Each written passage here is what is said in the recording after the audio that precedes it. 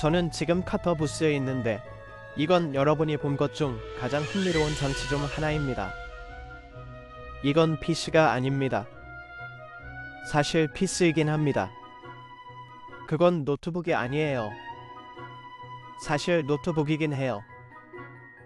태블릿은 아니지만 매우 휴대성이 뛰어납니다. 카터스 마인드와 다른 제품이 무엇이고 어떻게 작동하는지 말씀드리겠습니다. 이 영상은 ASUS ProArt PZ13가 제공했습니다. 군용 수준의 내부 선부와 전문가용 OLED 디스플레이를 갖춘 크리에이터를 위한 초경량 AI 노트북입니다. 그리고 키보드와 화면이 분리되어 최고의 휴대성과 그 외에 많은 장점을 제공한다는 걸 말씀드렸나요? 아래 영상 설명에서 전체 재생 목록과 전체 개요를 확인해보세요. 이 영상의 일부를 후원해주신 ASUS ProArt에 감사드립니다.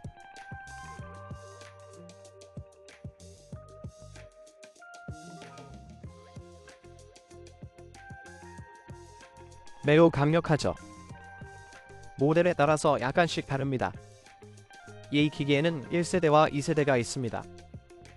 뒷면에는 썬더볼트 4를 지원하는 USB-C 포트 2개, 최대 썬더볼트 3인 USB 4 포트가 있습니다. 그 다음에는 HDMI 포트가 있고, 그 다음에는 속도가 10GB인 USB Type-A 포트가 2개 있습니다. 이건 그 자체로 매우 강력한데, 장치 아래쪽을 살펴보면 작은 걸쇠가 있고, 그 아래에 확장 M.2 SSD 슬롯이 있어서 업그레이드 할 수 있거든요. 이건 2230 모델인데 가장 작은 모델 중 하나예요. 아직 어느 정도 업그레이드가 가능합니다. 이 장치 내부에서는 매우 흥미로운 일이 일어납니다. 인텔 코어 얼트라 155H가 있는데 이것이 코어 얼트라 7이고 최대 64GB의 램을 장착할 수 있고 코어 얼트라 525H에는 16GB의 램을 장착할 수 있습니다. 저는 크리에이터로서 64GB의 램에 대해 매우 기대하고 있습니다. 당연히 더 많은 램이 필요하니까요.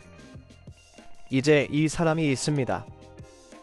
실제로 여러분이 할 수 있는 일은 이것을 부두에 넣는 것이고 여러분은 이미 여기 부두에 설치된 것을 볼 수 있습니다. 이 도크는 단순히 기기에 전원을 공급하여 영원히 사용할 수 있게 해주는 것이 아니기 때문에 매우 흥미롭습니다. 또한 매우 강력한 추가 iOS가 있습니다. 안에 스피커가 있어요. 오른쪽에는 볼륨 조절 노브와 음소거 버튼이 있고 왼쪽에는 윈도우즈 헬로에 로그인할 수 있는 지문 판독기가 있습니다. 후면에는 충전 전용 USB-C 포트 1개, 속도가 5GB인 USB Type-A 포트 2개, HDMI 포트 2개, 2.5GB 램이 있습니다. 이제 이를 통해 PC iOS가 더욱 확장되어 도크만으로 최대 4개의 디스플레이를 지원할 수 있습니다. 잠시 후에 이것이 어떻게 6개의 디스플레이를 지원할 수 있는지 보여드리겠습니다. 정말 믿기 어려울 정도죠. 여기 있는 것은 카러의 관산이 실제로 작동하는 모습이며 이것은 코어 얼트라 555H CPU를 탑재한 것입니다. 그런데 도크 전면에는 USB Type-A 포트가 있고 헤드폰 마이크 콤보 잭이 하나 더 있으며 초당 최대 200MB까지 전송 가능한 SD 카드 리더도 있습니다. 이제 보시다시피 비디오가 재생되고 있는데 지금 제가 할 일은 비디오를 전원에서 뽑아내는 것입니다. 보통은 매우 나쁜 일이지만 지금 제가 할 일은 이 PC로 옮기는 것입니다. 보시다시피 아직 제 손에 쥐고 있어요. 여기에 작은 전원 플러그가 꽂혀 있습니다. 우리가 할 일은 여기 도크에 꽂는 것입니다. 그러니 거기에 넣고 불을 가져오겠습니다. 보시다시피 저는 계속해서 이 영상을 보고 있었습니다. 그래서 제가 성공적으로 해냈는지 아닌지는 중요하지 않고 제가 한 모든 작업이 실제로 저장됩니다.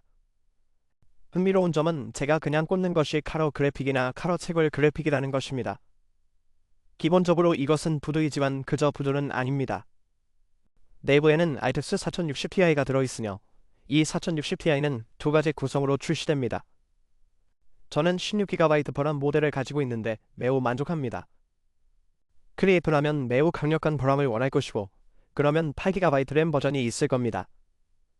또한 전면 USB-C의 썬더볼트 및 USB4와 호환되는 SD 카드 슬롯이 있습니다.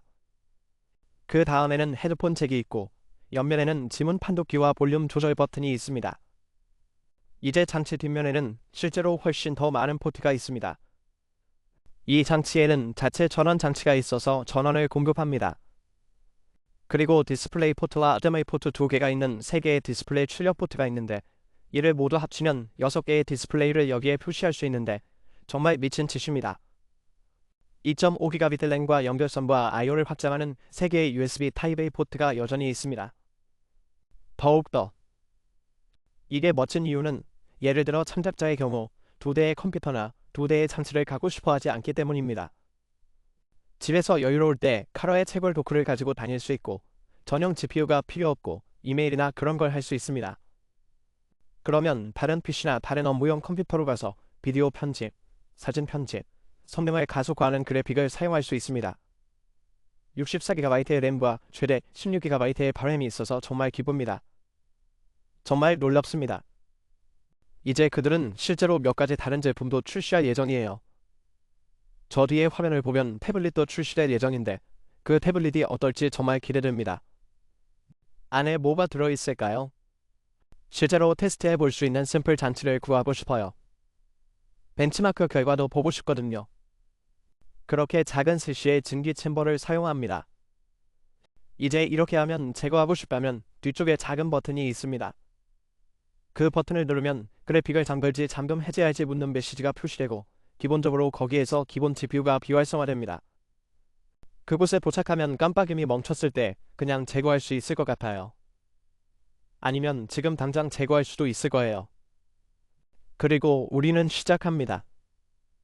이제 내부에 증기 챔버와 이를 위한 냉각 장치가 있는데 이는 증기 챔버가 내장된 이렇게 작은 미니 PC를 많이 보지 못했다는 것을 의미합니다. 이 제품이 실제로 얼트라 755H를 시킬 수 있는지 알아보고 싶습니다. 이 제품은 주머니에 넣을 수 있는 매우 흥미로운 작은 전원 장치일 수 있거든요. 미니 PC 측면에서 이 제품을 능가하는 제품은 거의 없습니다. 그럼 이런 연결이 어떻게 가능한지 궁금하실 텐데요. 캐러지가 만든 특별한 독점 커넥터 덕분에 가능한 거예요.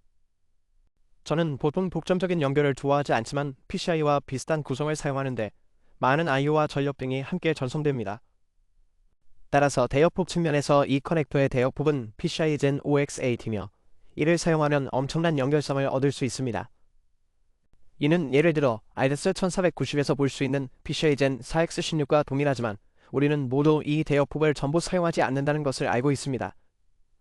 하지만 이제 이 모든 대역폭을 사용할 수 있고 향후 PCI Gen 5X8에 슬롯을 장착하면 모든 그래픽 성능을 대역폭을 통해 전송할 수 있고 모든 I/O를 처리할 수 있습니다.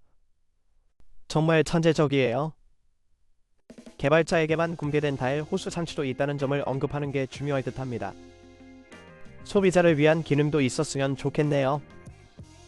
그러니까 다일 호수의 와트당 성능이 엄청나서 그걸 얻을 수 있었던 거예요.